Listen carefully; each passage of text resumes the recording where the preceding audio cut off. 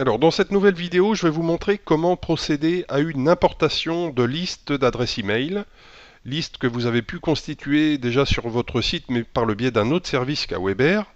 Et donc là, vous voulez importer une liste d'adresses email, c'est ce que je vais vous montrer dans la vidéo. Et je vais vous montrer également comment on peut gérer vos abonnés, c'est-à-dire les désinscrire, les bloquer momentanément, comment désactiver certaines de vos listes, etc.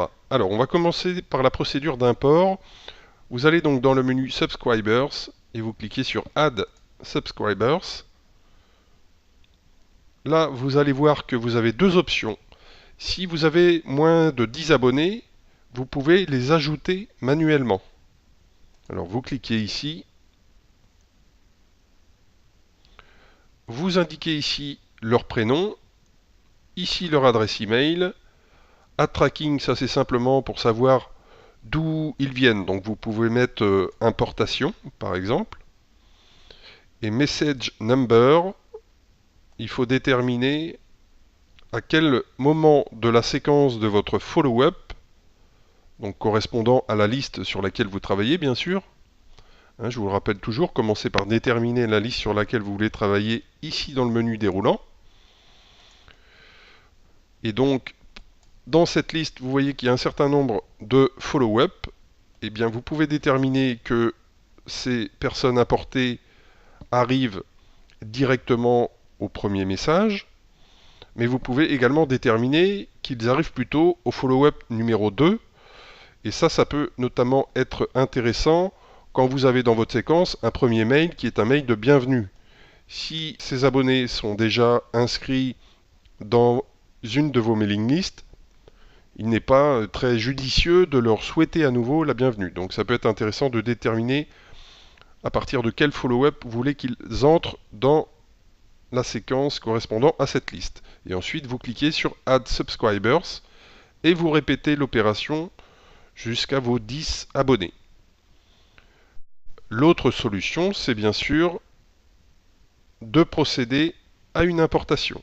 Là, si vous avez un fichier dépassant 10 abonnés, donc il faut que vous déterminiez d'abord la liste sur laquelle vous voulez que ces abonnés soient inscrits. Ensuite, vous cliquez sur Next. Ensuite, soit vous faites un copier-coller de tout votre fichier. Alors votre fichier, il peut être constitué par exemple de l'adresse email, virgule, un espace, et du prénom de votre abonné. Ensuite, vous revenez à la ligne, et à nouveau, adresse email, virgule, espace, prénom de votre abonné, etc. Et si vous avez donc toutes ces adresses email sur un fichier, que ce soit un fichier Excel ou un fichier texte par exemple, vous voyez ici que Aweber vous mentionne tous les types de fichiers supportés. Donc si vous avez un fichier sur votre ordinateur, vous cliquez ici. Vous sélectionnez votre fichier. Ici, vous allez voir apparaître les données correspondantes à la première ligne de votre fichier. Donc là, il se trouve que dans mon fichier, j'avais plutôt mis le prénom d'abord et ensuite, séparé par une virgule, l'adresse email. Donc pour le champ de l'adresse email, vous voyez qu'Aweber reconnaît tout de suite que cette donnée correspond à une adresse email. Pour l'autre champ, puisque vous pouvez importer un fichier comprenant le prénom et le nom de famille, plutôt que juste le prénom. Donc dans ces cas-là, vous auriez trois données différentes ici.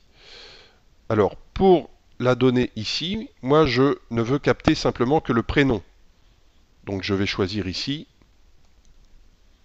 soit first name, soit name, puisque de toute manière je ne collecte que le prénom. Donc name ça peut convenir aussi. En revanche, si vous avez importé donc un fichier avec prénom et nom, eh bien pour le prénom, vous cliquerez ici sur first name et ensuite pour la donnée nom, vous cliquerez sur last name. Donc je récapitule, quand vous collectez simplement le prénom, eh bien vous pouvez choisir first name ou name. Et quand vous choisissez prénom et nom, eh bien là vous choisissez la donnée first name et last name. Nous, on n'a que le prénom. Donc je vais sélectionner ici name. Vous voyez qu'on a donc le prénom qui correspond à la donnée name et ici l'email. On clique ensuite sur next. Alors, dans cette troisième étape, il va falloir indiquer comment ces abonnés sont arrivés sur votre liste. Donc vous pouvez dire qu'ils se sont inscrits sur votre site web, qu'ils vous ont communiqué leurs informations personnelles à vous directement, donc que ce soit par une carte de visite, etc. Vous les avez intégrés à votre liste parce qu'ils ont acheté un de vos produits ou services, et donc ils ont été ajoutés automatiquement à votre liste. Ou alors vous avez acheté une liste, ou alors vous avez une autre mention autre. Donc nous, on va simplement indiquer que ces abonnés ont été inscrits donc sur notre site directement, mais par le biais d'un autre service. Ici, vous indiquez l'URL de la page où ils se sont inscrits.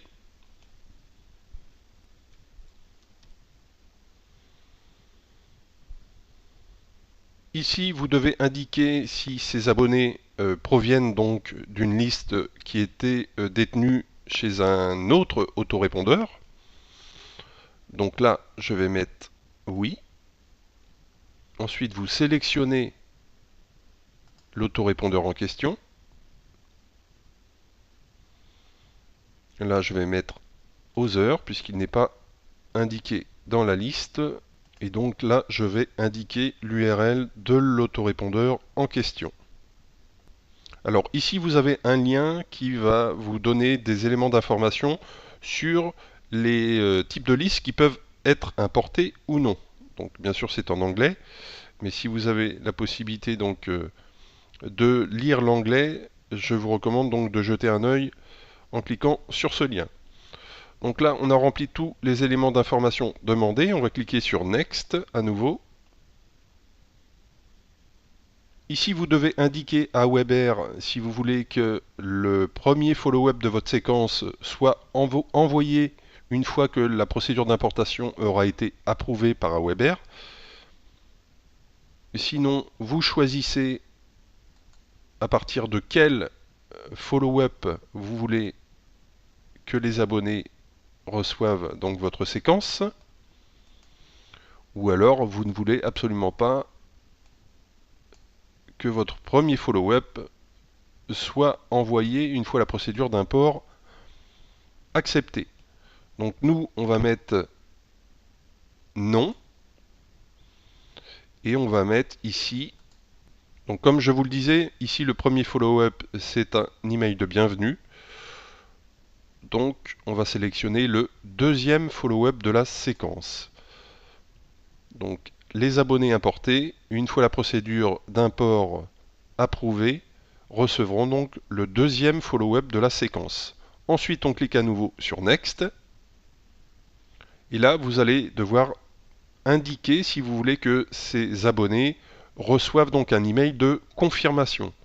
Donc a priori c'est plutôt non, c'est-à-dire que ici vous pouvez sélectionner donc la première case, non, ne demandez pas à mes abonnés de confirmer leur inscription sur ma liste, ou ici, eh bien, vous pouvez au contraire demander à ce que Aweber envoie cet email de confirmation. C'est quand même beaucoup plus simple d'indiquer à Aweber de ne rien transmettre du tout pour que ce soit complètement transparent pour les abonnés que vous importez. Ensuite, on va cliquer sur Finish Import. Et Aweber vous indique ici, merci, nous allons vous transmettre un email une fois que la procédure d'import aura été acceptée, ou en tout cas sera terminée. Donc ici vous avez un historique de vos importations.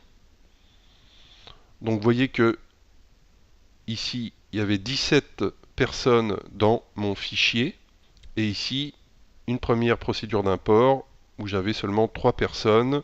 Et quand vous cliquez ici, vous avez les raisons pour lesquelles certains n'ont pas été ajoutés. Là, en l'occurrence, c'était une adresse email qui était déjà sur la liste sur laquelle je travaille.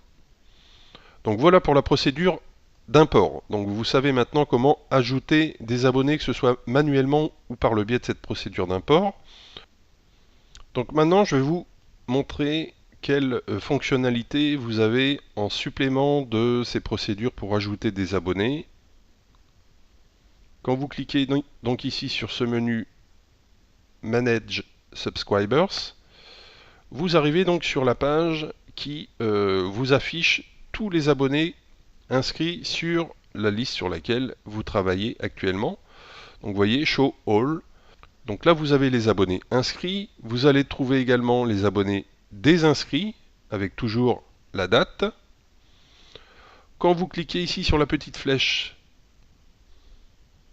et bien vous avez toutes les informations, donc le prénom, l'adresse email, le tracking pour savoir d'où ils viennent et comment ils se sont inscrits. Ici, le dernier follow-up qu'ils ont reçu avec la date. Ici, leur date d'inscription sur cette liste. Également des données concernant leur localisation. Et puis ça, c'est l'activité, c'est-à-dire si ils ont ouvert vos emails ou cliqué sur les liens contenus dans vos emails. Donc j'aurai l'occasion de revenir sur ces petits détails. Donc vous avez donc les abonnés courants. Donc là, vous n'aurez que les abonnés et vous avez le nombre total ici d'abonnés. Ici, simplement les personnes qui se sont désinscrites. Et ici, les personnes qu'on ne peut pas contacter puisque l'adresse email ne fonctionne plus. Ensuite, les inscriptions par date. Vous avez les abonnés ajoutés aujourd'hui. Les abonnés ajoutés depuis hier. Alors, les abonnés ajoutés aujourd'hui, vous voyez qu'on retrouve ici les personnes qui faisaient partie de notre procédure d'import tout à l'heure. Les abonnés donc inscrits depuis hier, depuis 7 jours, depuis les 30 derniers jours ou depuis l'année complète. Et vous avez également ici les abonnés par segment. Alors ça fera l'objet d'une autre vidéo, donc je vais passer rapidement. Ce qui est intéressant, c'est de voir ici des fonctionnalités supplémentaires. Alors ici, Bulk Unsubscribe Tool, vous avez la possibilité de désinscrire des abonnés de toutes vos listes. Donc il suffit d'indiquer ici l'adresse email. Si vous en avez plusieurs, vous ajoutez donc les autres adresses email les unes sous les autres. Ici, vous pouvez indiquer un mot pour vous rappeler pourquoi vous les avez désinscrits. Ici, vous cochez cette case pour indiquer à Weber de les désinscrire de toutes vos listes. Alors si vous ne cochez pas cette case, bien sûr, ils ne seront désinscrits que de la liste sur laquelle vous travaillez. Vous pouvez demander également à ce que ces adresses soient bloquées, c'est-à-dire qu'ils ne reçoivent pas vos messages. Et ensuite, vous cliquez sur Unsubscribe et ces abonnés seront désinscrits donc de cette liste et éventuellement, si vous avez coché cette case, de toutes vos listes. Alors, je vais revenir ici.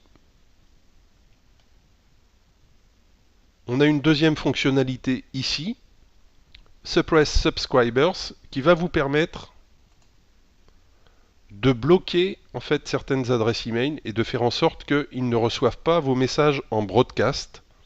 Donc il suffit d'indiquer les différentes adresses email, donc les unes sous les autres, de cliquer ensuite sur Suppress Address.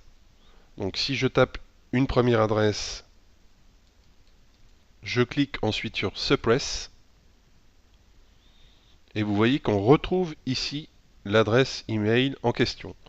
Donc pendant qu'ils figurent dans cette liste, ils ne vont pas recevoir vos messages. Mais c'est de manière momentanée puisque vous avez la possibilité donc de les débloquer. Mais tout pendant qu'ils sont dans cette liste bloqués, ils ne reçoivent aucun des broadcasts envoyés sur cette liste. Donc dans certaines configurations, ça peut être une fonctionnalité intéressante. Donc là, je vais simplement supprimer. Et vous voyez que à nouveau ma liste est vide. je vais revenir au menu Manage Subscribers. Vous avez une dernière fonctionnalité ici, Block Subscribers. Donc là, c'est pour empêcher que certaines adresses email puissent s'inscrire sur votre liste. Donc toujours le même principe, vous notez l'adresse email. Si vous en avez plusieurs, vous notez les adresses email les unes sous les autres. Ici, note, eh bien, vous pouvez vous mettre une petite note pour vous rappeler les raisons pour lesquelles vous avez bloqué ces adresses email. Et ensuite, vous cliquez sur Block Addresses. Et ces adresses email seront bloquées et ne pourront plus s'inscrire sur votre liste. Donc, voyez ces différentes fonctionnalités. Donc, voilà pour la gestion de vos abonnés. On va dire la gestion basique. Si je reviens sur la page d'accueil, je vais vous rappeler parce qu'il me semble que je vous l'ai déjà dit dans le début de la formation. Vous pouvez ici également gérer vos listes, non plus vos abonnés seulement, mais vos listes. Donc vous retrouvez ici toutes vos listes. Vous avez la possibilité de les désactiver. Vous voyez que j'ai désactivé la première liste et qu'on retrouve ici. Mais vous avez la possibilité de la réactiver et ce pendant 30 jours. C'est-à-dire que vous désactivez une liste, vous avez, vous voyez c'est indiqué ici, sera supprimée définitivement dans 29 jours. Donc vous avez 30 jours pour revenir sur votre décision. Et votre liste sera définitivement supprimée après ce délai de 30 jours. Donc ici c'était simplement pour vous montrer, je vais réactiver la liste. Voilà, qu'on va retrouver ici. Et enfin, vous avez ici la possibilité de demander un backup et un export complet de toutes vos listes. Donc voilà la petite précision que je voulais vous faire concernant la gestion des listes, concernant la gestion des abonnés. Vous avez vu donc toutes les possibilités, notamment la procédure d'import. Alors je reviendrai dans une autre vidéo pour vous parler ici des segments. En tout cas, vous avez vu donc toutes les fonctionnalités qui sont à vous pour soit désinscrire des abonnés, soit les empêcher de recevoir vos broadcasts, ou soit les empêcher de s'inscrire sur votre liste. Voilà, cette vidéo est maintenant terminée. On se retrouve très vite pour la prochaine vidéo.